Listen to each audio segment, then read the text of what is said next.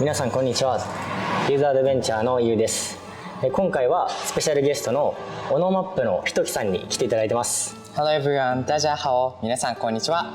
ひときです。今日はよろしくお願いします。お願いします。ひときさんは日本語のチャンネルを持ってるんですけども、今回なんで日本語のチャンネルを始めたのかとか、言語学習についてひときさんにインタビューしていきたいと思います。じゃあ早速ひときさん、簡単な自己紹介をお願いしてもいいですか？はい。今オノマップというチャンネルで日本語や日本文化、あとは日本語のオノマトペについて動画を作っているひときです。はいあとはね、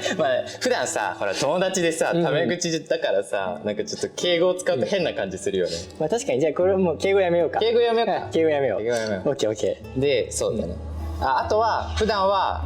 医者としても働いてる。じゃあなんで YouTube を始めようと思った？そうだね、なんか YouTube 始めたのはね、だいたいもう何年だろう、3年くらい前だったと思うんだけど、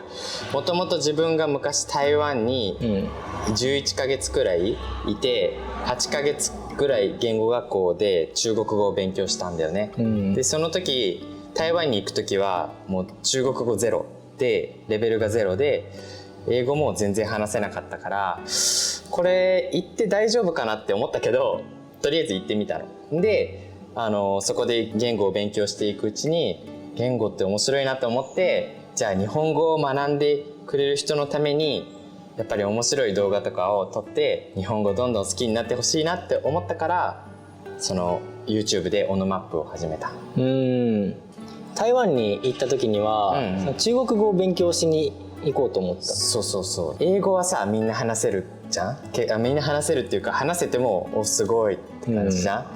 中国語ってあんまいないじゃん。中国語話せたらかっこいいなって思ってそれで中国語を話しに行ってみたんだよね。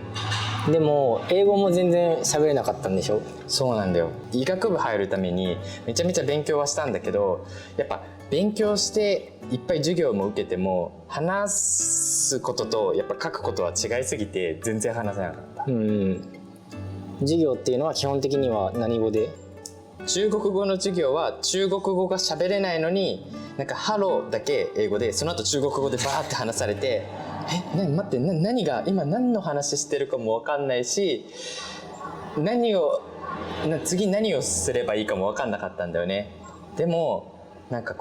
たまにちょこって英語話してくれるから、やっと何について話してるか分かって、あとは授業もしてるからさ、少しずつ単語も覚えていって、それでだんだん授業が分かるようになって、だんだん話せるようにもなっていった感じ。メインは中国語かな。ゼロだったのに。その8ヶ月間で英語も中国語も結構喋れるように？そうなんかクラスメートも中国語を話せないから、クラスメートで話すときは英語を話さないといけないんだけど、あんまり話すことは得意じゃなかったんだけど、頑張って話しているうちになんか英語で話せるようになってった。今 YouTube で日本語を教えているけど、日本語を教えることの面白さって何かある？日本語を教えることの面白さ、そんな深いこと考えたことないななんかでも教えていることで楽しいと感じている自分にまず気づいたんだよね。あとは言語が好きだからかな。なんか他の言語を話せるとちょっと違う自分に慣れている感じもするし、あとはなんだろう、日本好きって言ってくれる人を見ると、なんか自分も頑張ってその人の夢を応援したくなるから、そうかな。だからこの前もなんかキーピースっていう日本語のオンラインスクール作ったのもそれが理由で、今はやりたいことはできてるかなって感じかな。ちなみに、日本語はどうやったら上達する？これはね、もう自分が中国語、英語、スペイン語をちょっと勉強して分かったけど、絶対に話さないと厳しいと思った。なんか書いて覚えることはできるけど使うことは絶対できなくて、日本語能力試験 N1 を合格するためにはなんか勉強すればそれはできるけど、資格は持ってるけど使えるのって言ったら多分使えないから、そういう使えるという意味では絶対に話す練習が必要。だって俺医学部を受けるためにさめちゃくちゃ英語勉強してさ成績も英語まあまあ良かったんだよ。なのに話せないってさ、自分とか自分のクラスメートとか一生懸命勉強してもみんな話せなかったから、絶対に話す練習しないともう話せるようにはならない。これだけは分かったから、だから上達するには話すと記憶にも残るし、なんか言葉が自分の母語みたいになるから、それが上達するポイントかな。でも結構スピーキングって一番最初難しくない？確かにね。でも日本語って発音が簡単だからさ、こう少しの勇気が多分大変だと思うんだよね。逆に質問になるけどさ、英語は得意？いや、得意ではない。そうなんだ。何が苦手？話すの？やっぱスピーキングかな。それはさ、なんで大変なの？やっぱりね、自分が思うにはその一歩踏み出す勇気がないからだと思う。そうなんだね。やっぱりただ今自分はたまにこう英語で発信したりとかすることもあって、でそれって結構自分にとっては大きな変化だったなって思うんだよね。その本当に一歩こうスピーキングに踏み出す勇気を出すと、だんだん自分のその英語に対する苦手意識っていうのがすごい克服されているような感覚があるんだよね。わかるわ。いやすごいわかる。そう確かにまだ自分の英語っていうのは発音も良くないかもしれないし、そのなんか文法も間違ってるかもしれないけど、でもなんかこう英語を喋ってる自分に慣れてくるっていう感覚があるんだよね。いやわかるめっちゃわかる。最初は違和感もあるしさ、なんかこのことを言いたいけどどの言葉を使えばいいかも分かんないけど、なんか話してるうちに自然と自分これ使うんだなとか、話している自分に違和感もなくなり、なんかそういう意味では自信もちょっとずつついてくるしね。俺もねそれはすごい、それが大切だと思うんだよね。だけどさ、やっぱ一人でその小さな勇気をなんか超えるって難しいじゃん。難しい。だからね、それをなんか YouTube を通して伝えられたら俺はめっちゃ嬉しいかな。結構だってひときのさチャンネルではさ、その勉強っていうよりもその面白くこう学べるようななんか作り方してるよね。いいところ気づいたね。そうやっぱりさ、勉強ってさちょっと長く続けないといけないからさ、やっぱり気持ち的にやりたいって思わないとさ続かないじゃん。ましてや小さな勇気が必要ってことはちょっと怖いわけだよ。なんかそのやるのがね。だったらそのなんかこう勉強を続けるモチベーションになる動画とか人とか、そういうのがないとね多分続かないと思ったんだよね。だから少なくとも俺はみんなのなんかこうモチベーションになるように、頑張りたいなって思ってYouTube やったんだよね。オノマトペに注目した理由は？いやオノマトペってさ面白いじゃん。プニプニとかさ、なんか他に何がある？ラブラブとかさ、その一言知ってるだけでさ、今まで日本語勉強したことない人もいっぱい日本語勉強した人もレベル関係なくこう楽しめると思うんだよね。なんかプニプニとか言ったらさ、日本人の人からするとさ、プニプニ知ってるのってなるじゃん。しかも音も可愛いし、こうコミュニケーションの元になる、友達を作る元になるもんだと思うんだよね。で誰でも簡単に始められる。だからこれ知っておくとなんかこうその小さな勇気を乗り越えられる、友達を作ろうってなった時にこう日本語喋れないけどなんかプニプニって見たな、じゃあプニプニってやってみる。そうしたら絶対リアクションしてくれるから、日本人だったら。だからそれでなんかこうその人の人生がさ楽しくなったり日本語を好きになってくれたら嬉しいなってことでオノマトペに注目したんだよね。あとは日本語ってすごくオノマトペたくさんあるから、それもなんか日本語の特徴の一つだと思ってそれで始めた。一番好きなオノマトペは？一番好きなオノマトペ俺はね音はプニプニが好きかもしれない。でも意味はダラダラが好きかもしれない。何もしなくていい、もうなんかダラダラって、それはもう最高。それがそのダラダラな一日はもう最高の日だね。ダラダラするのが好きだから？ダラダラするのは大好き。みんな大好きじゃない？そうだね、ダラダラするの好きだよね。そうなんかさ、早起きとかする、なんかこう自分を律する系のオノマトペってある？あれかな、テキパキとかおお。テキパキ動く、うん。テキパキなんかこう早く動いて早くやることはやって、なんか文句言わないで、はい今日はこれやる、これやります、はい次これ、はいこれやります、これはテキパキだから、テキパキ動いてなんか毎日を過ごしたいけど、やっぱダラダラしたいっていう気持ちの方が強くて、いつもダラダラしちゃう。海外の方がうん日本語を学ぶことの難しさってどんなところだと思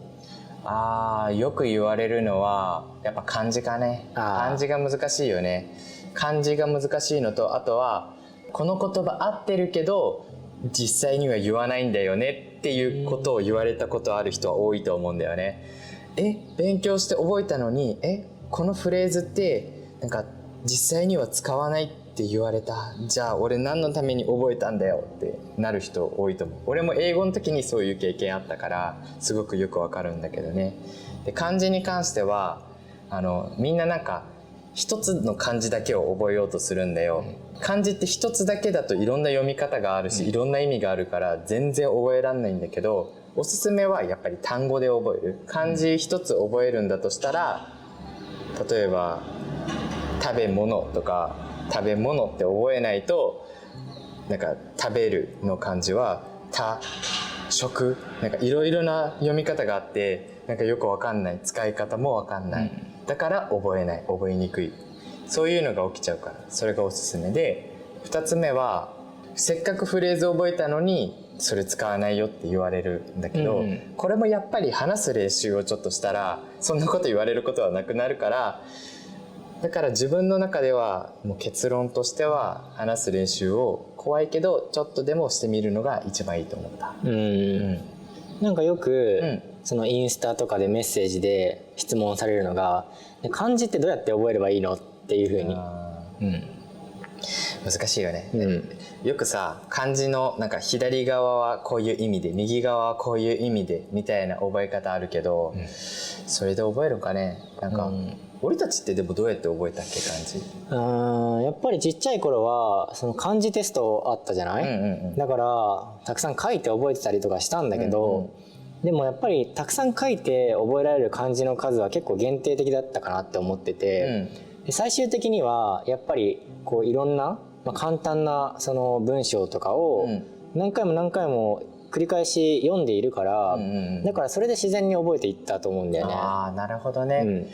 ってことはさっき言ってたみたいなさ、この左側はこういう意味で右側はこういう意味だからこの漢字はこの意味ですっていう覚え方はなんか俺たちはあんましてないよね、もちろんちょっとあったのは覚えてるけど、なんか全ての漢字をそんな風に覚えてないよね、やっぱり結局漢字は書いたり、あとは何回も見て、俺は話すのがやっぱいいと思うけどね、覚えるんじゃないかなって思うんだよね。知ってたら書いて覚えられるけど、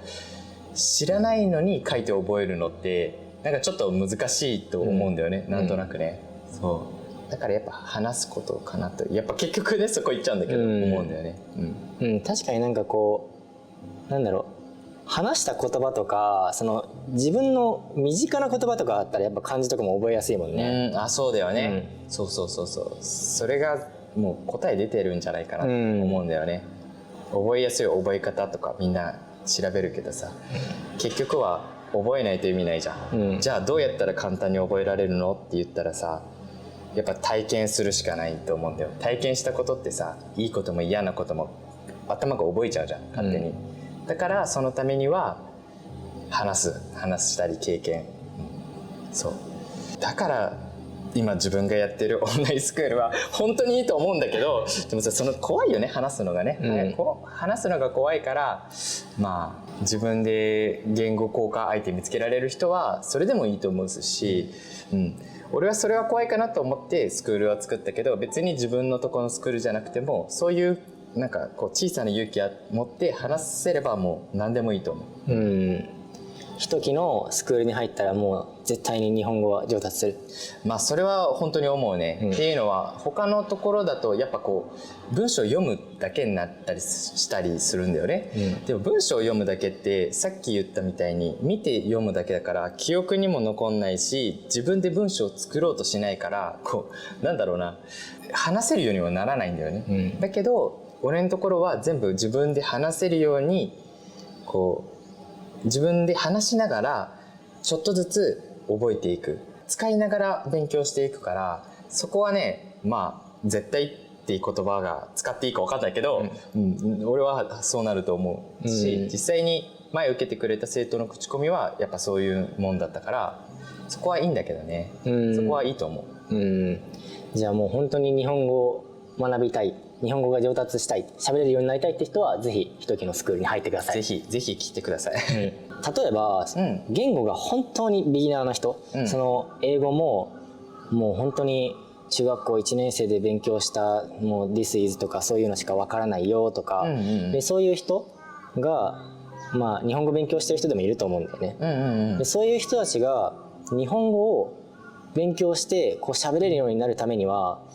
どういうところから始めればいい？多分そういう人はなんか日本語を英語で教えてる本は使えないでしょ、例えば、だから自分の国の言葉で書いてある本が少なくとも多分あると思うんだよね、なかったら、まあ、インターネットで勉強するとかしかないと思うけど、最初それでちょっと日本語をひらがなカタカナ勉強して簡単な自己紹介とかちょっと日本語を少し分かる状態にするでしょ。そしたら今度は日本語を使って日本語を増やすのがいいかもしれないね。実は俺も中国語を勉強した時は最初中国語をちょっと覚えて、その中国語を使って中国語を増やすみたいな感じだったんだよね。それをしてるとなんか使ってるから、さっきみたいに経験とか記憶にも残るし、その言葉なんか頭で翻訳してるんじゃなくて、もうその言葉とものがダイレクトにつながる感じがあるんだよね。だから本当に最初は何も分かんないから自分の言語で勉強だけど、ちょっと分かってきたらもうすぐ日本語だけに頑張って切り替えて、その期間はちょっと大変だけど頑張って日本語だけにするともうかなりいいと思うよ。じゃあユウはさ、海外の人はさどういう感じだとさ日本人の人がもっと話してみたいとかさ、そう思うかね？ポジティブで、でなんかこう明るい感じ、文法も単語もこう間違えてもいいからどんどん話してくれる人。それは確かにあるよね、確かに全然間違い気にしない人の方がこっちもなんか気にしないで話せるし、意味わかるもんね、全然間違えてもね、確かに、なるほどね。例えばさ、文法的にはもう全然間違ってても、リンゴ欲しいとかさ、確かにね、リンゴ食べたいとかさ、まあ今のは文法的には間違ってないかもしれないけどでもそういうなんかそのちょっとした単語だけでも会話は成立すると思うの。なんかビールとかでもさ、全然いいと思うんだ。確かにね、なんかそういう風なのって、結構その明るくてポジティブじゃないと、なかなか難しいんじゃないかなと思うんだ。そういう勇気のあるアクション、勇気必要だね、そういう人だったらでも話してみたいなって思うし、話してて楽しいんじゃないかなって思う。実際にさこう、まあ俺あんまり結構勇気ない方なんだけどさ、小さな勇気を持って話しかけてみたら全然大丈夫な人が結構多いよね、そんななんか頑張ってさリンゴ食べたいとかさやってる外国の人にさなんか冷たくする日本人はあんまいない、あんまつか見たことないよね。いやいない。さすがにさ、そんな人がいたらさその人がおかしいよね。めちゃくちゃその人がおかしい、それはね、むしろそうして早めにそういう変な人だと教えてくれてありがとうだよね。だから、なんかまあ最初は怖いけどとにかくみんなちょっと勇気持ってなんかできることでも一生懸命やったら全然日本人としては嬉しいよね、日本語話してくれるだけでさやっぱり、やっぱりその言語を習得するとか、まあ、日本語を話せるようになるっていうことはその自分の中のこうプレッシャーとか壁とか、そういったものを、まあ、少しずつ壊していくしかない。いや本当にその通り、とはいえさ俺も台湾行った時は壊せなくてさ最初、中国語ゼロだったじゃん。だからもうコンビニ行って話すのも怖くて、もうなんか話しかけられないバナナと水しか買わなかったんだよね。もうそれでさ結構痩せちゃってさ、もうすごい大変だったんだよ。だけどやっぱり怖いけど、その時はね、このままだと俺やばいと思ったからちょっとずつ話したけど、その怖いのはめちゃめちゃ分かるんだけど、そういう勇気を乗り越えるとやっぱ話せるようになるよね。だから頑張るしかないんだよね。そうね。じゃあユウも英語頑張りたいって言ってたけど頑張るいや本当に頑張るよ。やっぱりね、その言語を習得したらさ、絶対自分の世界広がると思うんだよね。だからそういうさ、自分の世界がどんな風に広がるのかっていう、その景色ってすごい見てみたいんだよね。なるほどね。確かに俺は今台湾とかはさ、行く時とかは全くプレッシャーない。でもさ、昔は海外行く時なんかこうドキドキしたのは覚えてるんだよ。なんか空港でもさ、言葉通じなかったらどうしようとかさ、なんか困った時どうしようって。だけど今それがないから、なんかなんて言うんだろう、自分の国っていうか自分の居心地のいい場所に行く感じがあるから、そうなるとめちゃめちゃ確かに世界広がると思う。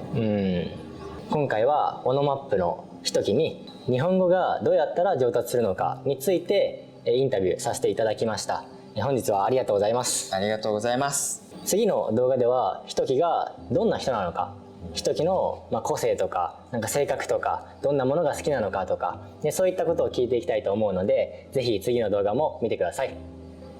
本日はありがとうございます。ありがとうございます。じゃあまた。